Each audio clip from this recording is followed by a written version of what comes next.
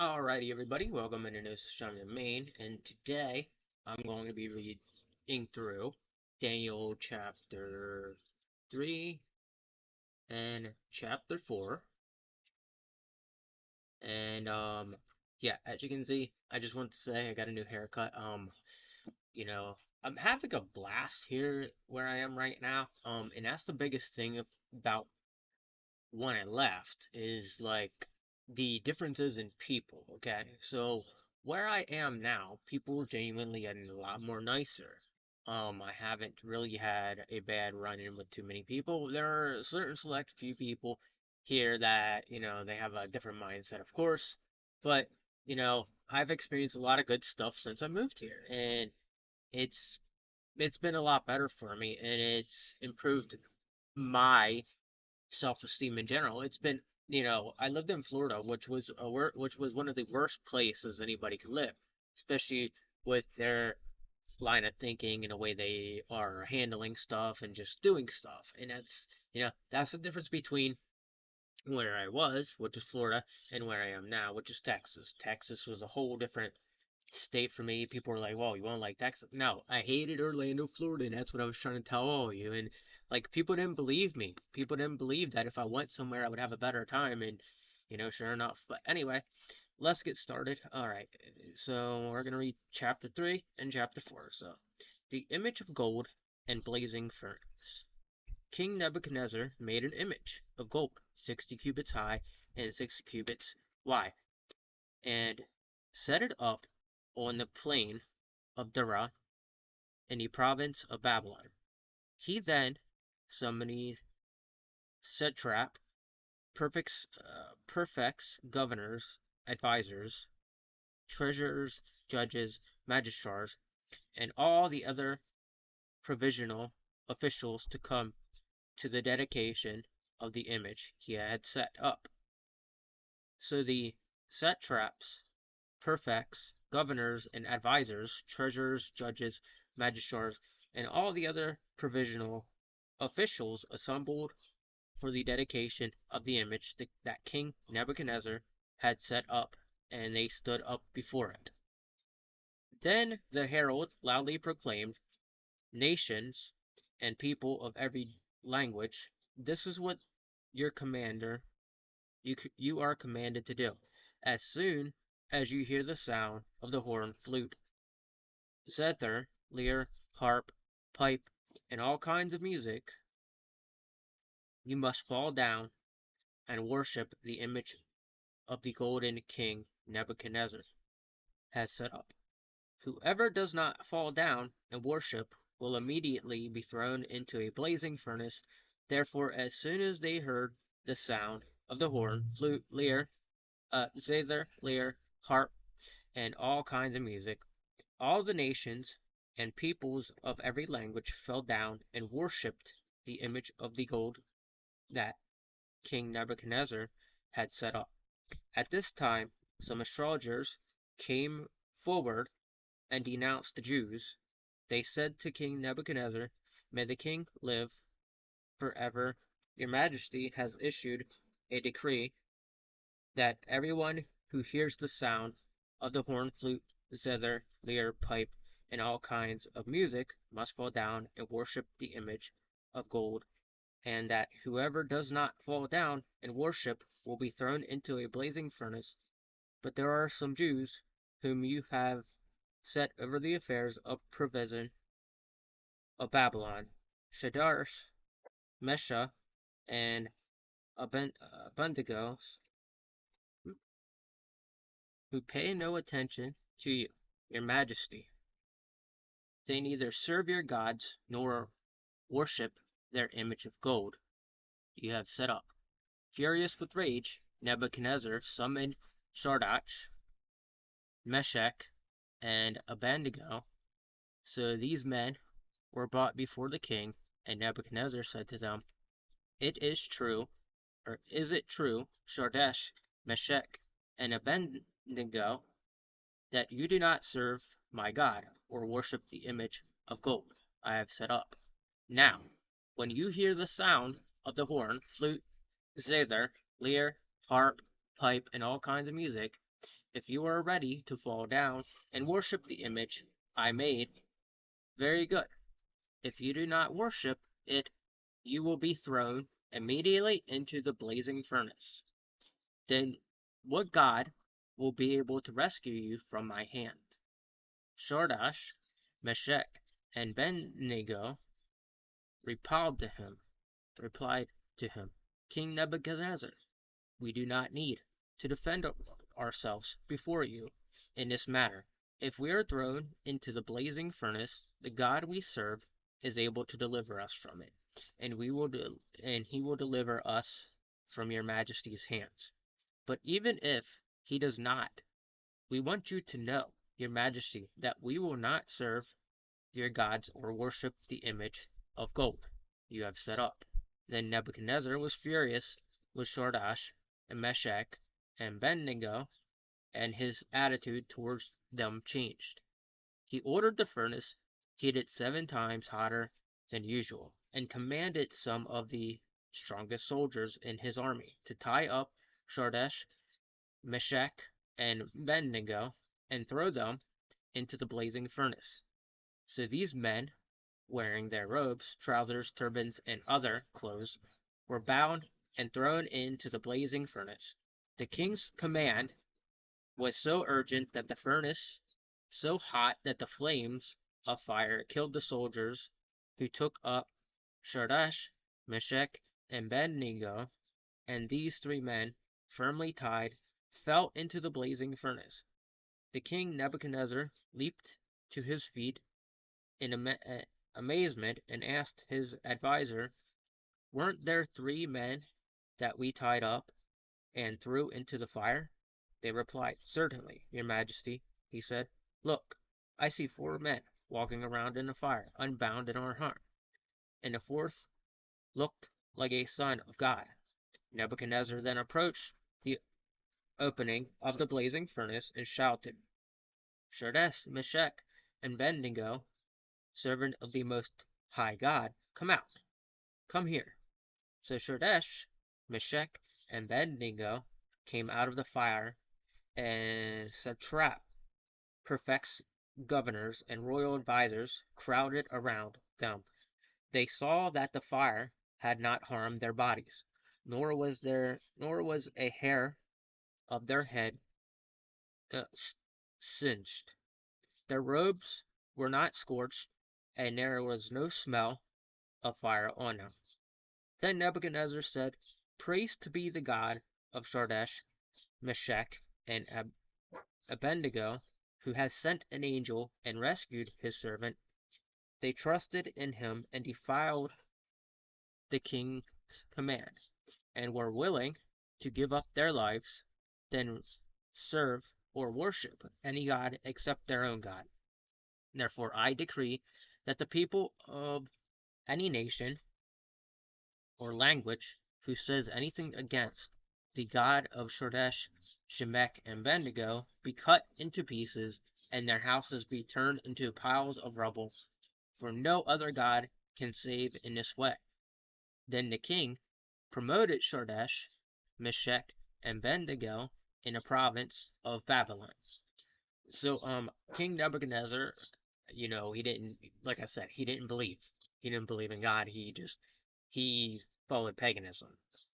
And again, once again, we see an example of people forcefully making you do stuff you don't want. Okay? So like worshiping another god. God doesn't want you doing that in the first place. And if that's what you feel like is right and you're forcing people into that, guess what? Not only are you going to upset God, but God's going to show you. God's going to show you exactly how he feels about the whole thing. And that's why when people are sitting there scoffing, making fun of the Lord, things such as that, you really need to think about what God's going to do back to you. And there's a lot of people right now that just do that. And they do it so consistently. And, and like it's just awful to see that people do that to other people, you know, and that just goes to show you when somebody really really wants something, and just they get mad about it. They get mad about it and they want things to go their way, and it's always God that's willing to show them the wrong they have done to somebody. It doesn't matter. All right. So it doesn't matter. God's always going to show them the wrong they've done to somebody. It doesn't matter how much you fall to paganism and things like that. And sorry for the cutoff. People walking in and out here where I'm at. So, at the end of the day, you just need to remember that if you're mad about something, if you're upset about something, you know, and it doesn't go your way, change things up a bit. Learn to be different. Learn to accept that you may be wrong and learn to change your ways. Because you know what? I had something happen to me today. I'm like, I come home, I'm shocked. I literally had a bicycle sitting out by the stop sign, and it was gone when I got home. It wasn't rideable, of course, but I was going to reuse it for parts. Well, somebody who had it eyed up just decided to take it. And you know what? Go ahead, take it. It's not rideable. You can't really fix it. Whoever had that item eyed up, I can guarantee you, at some point in time, and something's going to happen with that very item that's going to end up having to make them learn why, when they took it, it was a horrible, horrible idea for that person to take it. And out of this, I go by a quote that's in the Bible here, which if you'll probably hear me say quite often, but it's one I go by quite a bit.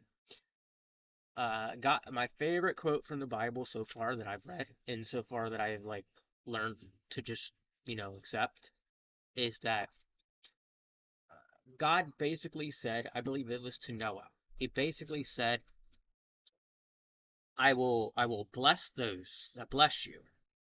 I will curse those that curse you. I will make you into a great nation. And that's something I always go by.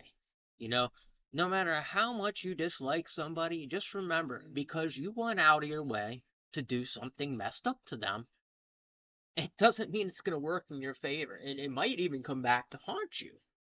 And that's the worst part about it, is when people are out here doing this to me, there's a bunch of people that see this and is like, man, like they know I'm not doing anything. That's why I love it here in Texas. These people know I'm not doing anything. They knew. The people at this place knew there was a guy eyeing that bike up. Saw the truck. Saw everything he was doing. And he still came to do it. It looks weird. And it looks bad on his part because we all know what the guy looks like. And it's on camera. And, right now, I'm not going to worry about it. But the thing is, it should have never happened to begin with. Now, he might end up having a bad day tomorrow, for all I know.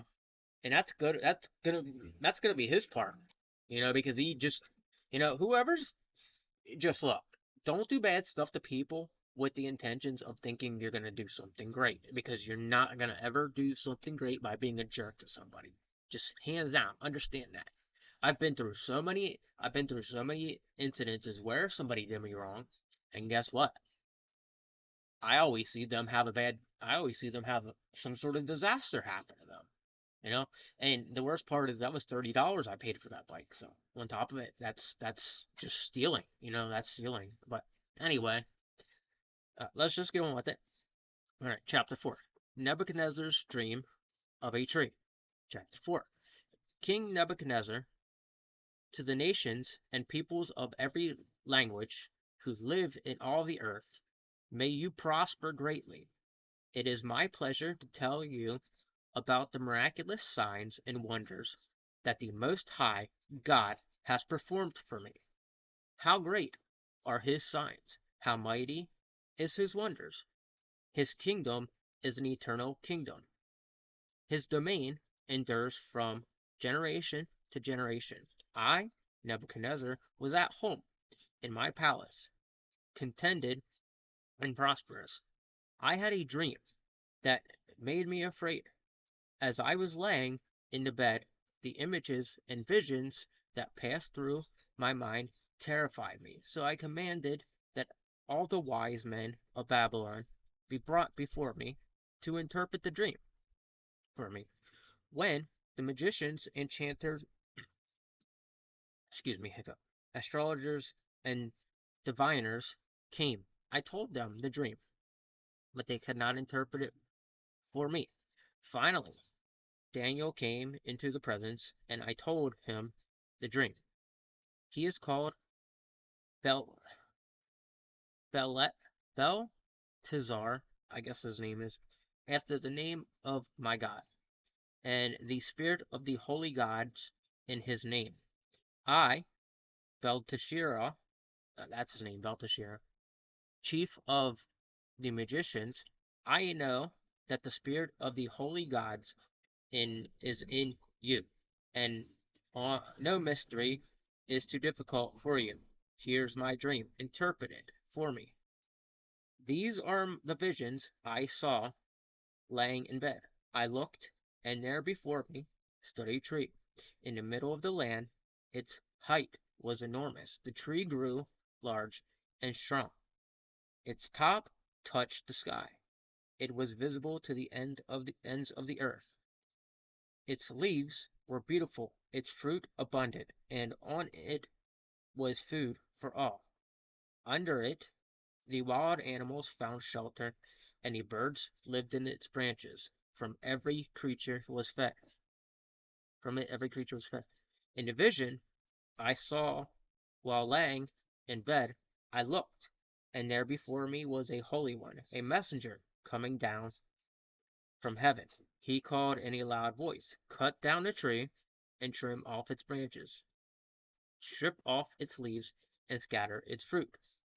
Let the animals flee from under it, and the birds from its branches. But let the stumps and roots, bound with iron and bronze, remain in the ground, in the grass of the field. Let him be drenched with dew of heaven, and let him live with the animals among the plants of the earth. Let his mind be changed from that of a man, and let him be given the mind of an animal till 7 times pass by for him." The decision is announced. Messengers, the holy ones, declare the verdict so that the living may know that the Most High is a sovereign over all kingdoms. Is sovereign Most High is sovereign over all kingdoms on earth, and gives them to anyone he wishes, and sets over them with the lowest of people. This is the dream that I, King Nebuchadnezzar, had. Now, Belteshazzar, tell me what it means, for none of the wise men in my kingdom can interpret it for me, but you can, because the Spirit of God is in you. Daniel interprets the dream. Then Daniel, also called Belteshazzar, was greatly perplexed for a time, and his thoughts terrified him. So the king said, "Belteshazzar, do not let the dream or its meaning alarm you." Belteshazzar answered, "My lord, if only the dream applied to your enemies, and its meanings to your adversaries.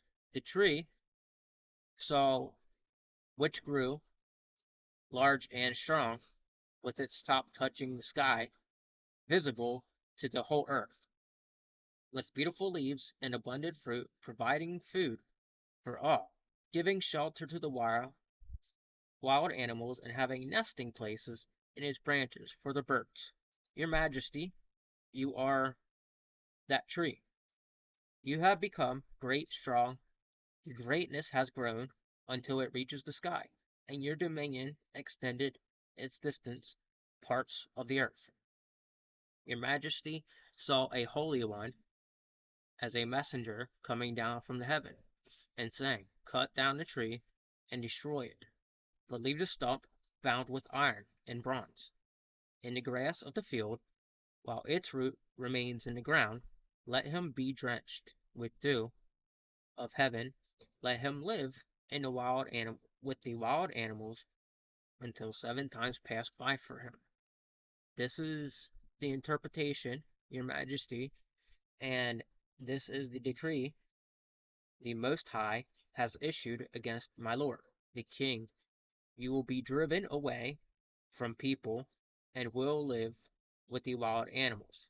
You will eat grass like ox and be drenched with dew of 7 times. 7 times will pass by for you until you acknowledge the Most High is sovereign over all kingdoms on earth and gives them to anyone who wishes. The command to leave the stump or the tree with his roots means that your kingdom will be restored to you when you acknowledge the heaven rules. Therefore, your majesty, be pleased to accept my advice. Renounce your sins by doing what is right, and your wickedness by being kind to the oppressor. It may be then your prosperity will continue. The dream is fulfilled. All right. So as you can see, there was a dream, and they were just talking about it, and they were concerned about it, and then the dream now is being fulfilled. So all this happened to Nebuchadnezzar 12 months later. As the king was walking on the roof of the royal palace of Babylon, he said, "Is not the great Babylon I have built as the royal residence be my mighty power, and for the glory of my majesty?" Even the words were on his lips. A voice came from heaven. "That is what decree of you for you, King Nebuchadnezzar. The royal authority has been taken from you. You will be driven away from the people, and will live in the wild with the wild animals. You will eat grass like the ox. 7 times will pass by you for you until you acknowledge the Most High sovereign over all kingdoms on earth, gives them to anyone he wishes. I am immediately what he had been what had been said. Nebuchadnezzar was fulfilled. He was driven away from the people and ate grass like the ox. His body was drenched with the dew of heaven until his hair grew like the feathers of eagles, and his nails like claws of birds. At the end of that time, I, Nebuchadnezzar, raised my eyes towards heaven, and my sanity was restored. Then I praised the Most High. I honored and glorified him who lived forever. His dominion is an eternal dominion. His kingdom endures from generation to generation. All the people of earth are regarded as nothing. He does not, he does as he pleases. The powers of heaven, the power and the people of earth, no one can hold back his hand or say to him, "What have you done?" At this time that my sanity was restored, my honor and splendor were returned to me for the glory of my kingdom. My adversaries and nobles sought me out, and I was restored to my throne and became even greater before them, greater than before. Now I, Nebuchadnezzar, praise and exalted and glorify the King of heaven, because everything he does is right, and all his ways are just, and those who walk in pride he is able to humble. All right. So, as you can see, stuff happened in Nebuchadnezzar after the dream happened, and it took a little bit, but it just goes to show you when God puts something on you and God's speaking to you, follow through with it, because God's gonna show you that you deserve the best. If you follow through with everything He tells you, there will be no fear, no doubt, no anything that's gonna hold you back from succeeding at what you're told to do by God. And that's why people are like, that's why people like me. All right, but sorry again for the cutoff. Um, but yeah, it's about everything is about following God. If you choose to follow God, you will prevail. It doesn't matter how little you have. It doesn't matter how much you're giving up. You're gonna prevail because that's what God is giving you. God's giving you that right to prevail. that gift, that blessing. And when people are sitting there trying to disrupt that blessing because they don't believe in God, oh, then that's on them. You prevailed. You made it happen. You listen to God, and you want the furthest distance. And trust me, I know this for a fact. You know, and the worst part is like everybody is consistently trying to make sure I don't prevail, and it becomes a bit of a problem because the ones that are trying to make me not prevail, guess what? They just they act like they like people so much disagree with what God's done for me that they don't believe, and then they always make me into their enemy. And I tell them, I'm like, hey, you know what? Try picking your Bible up, reading it, and praying. You might get a blessing out of it. But people don't want to accept that. People don't want to believe that. And I say it like this: God has so many great blessings for you in store. Why are you denying that? Why are you denying your God? Why are you denying the sovereign God to give you your blessings? Why are you denying that? Especially if you know great things are in store. And when people don't get that God does great things for them, that's where they get ruined. Like these people, people act like having an item, like a car or whatever, is one of the greatest things they could possibly have. It's stupid. And let me tell you why. Because you think you're entitled to that. The reality, the truth is, I'm gonna upset a lot of people with this. But if you feel like you're entitled to an item, I hate to break it to you, but if you did not do it through God, you're eventually going to see some comeback on that. And no matter what you feel, like, no matter if you feel like you were absolutely entitled to something, you're not. You have to remember that. You know, I made a lot of great friends here, and I'm very, very thankful for the life that I have right now. You know, good things are going to come my way. It's just going to take a matter of time. But a lot of people, I look at it this way: God's sending me a message. And I'm looking at it like this. And I fully agree with this. Okay? So, predicament I'm in, I'm renting a room out of this. Okay? I'm renting a room out of here. I'm paying for a room out of here. All right? Some of these guys, they leave in these cars. All right? And my thing is like, a lot of these guys, a lot of people, God's showing me that, he's giving me great things. But he's also showing me that the people that have all those nice cars and are living like this, he's showing me that, like, that that's not where you want to be. That's literally what I see when I see that. Like, it doesn't even upset me that they have cars. It's the valid point I'm trying to make is like, some people, they can't afford to have something. For me, having a roof over my head is the most important thing I could have, as opposed to like having, something like that's something that's over expensive. I look at things like this. You know, it may be nice to have a super expensive item, yes, but you also have to realize that, that might not be what you're supposed to have, and God might be trying to give you better, and just because you think you are entitled to something, you never are. And it doesn't matter how many people laugh at what I just said. You got to think about it. Are you struggling with that car? You know, you have that nice shiny car. Are you living at home? Are you renting a room out of a place? I'm in this position because I got a job that doesn't pay me well, but I'm gonna rise up out of this. And that's what I'm doing. You know, I look at it this way. A lot of these people, they want to own these cars, they want to own these nice things, but the outcome is you don't have the biggest roof over your head. In replace of that car, I'd rather have a house. And that's something that a lot of people don't want to understand. Is like they want that nice shiny car. My house would come before the nice shiny car, and I was just raised that way. But I'm making a valid point with this, and I hope I can get it across. I'm not being a jerk. I'm not doing anything like that. And if you think I'm being a jerk, that's fine. But I'm gonna say this: Think about what God's trying to show you. And maybe He is trying to show you something. Maybe there is something there that maybe you need to see.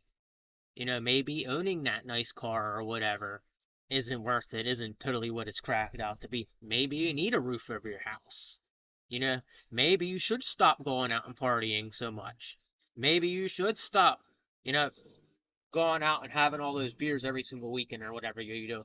Like, it's just a thought, okay? It's just a thought. Think about, pray on it and get answers. I'm telling people this because God's putting this on my heart right now, and I see this all the time in my life. I don't have much, you know, and I have a laptop right now that I use the most that does some great, incredible things. I have a phone. All right, I don't have very much. I have this roof over my head that I could leave from any day I want, provided when I get the money saved up. But it's one of those things that, like, think about where you are in life and think about what you have and think about, is this what you want? Is this what you should have? And put it into perspective. Pray to God, get answers, and ask. Ask if that's what you want.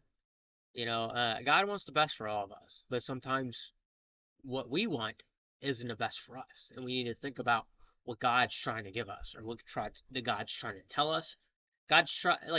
People don't realize God over everything, and if you're giving everything to God, God's going to give you the best of what He can. And that's just what it is. People see my downfalls as failures all the time. People make fun of my downfalls. People are probably gonna make fun of my other bicycle with a wheel that couldn't ride, so I'm saving it up for parts. People are probably gonna make fun of that. I just don't care. My point I'm trying to make is those people doing that, you have to be very, very unhappy to be at that level to pick on somebody at that. You have to be at a like really critical level for that. And that's all I have to say here. So if you like this, hit that like button. Please subscribe to the channel. Sorry about the Twitter. I'm back on Twitter, but I'm just using a different account. And I want you guys to know that, everything you have right now at this very moment might not be what you have next year. You could have less. You could have more. Just remember that. Anyway, God bless you. Take it easy, and I'll be seeing you next time.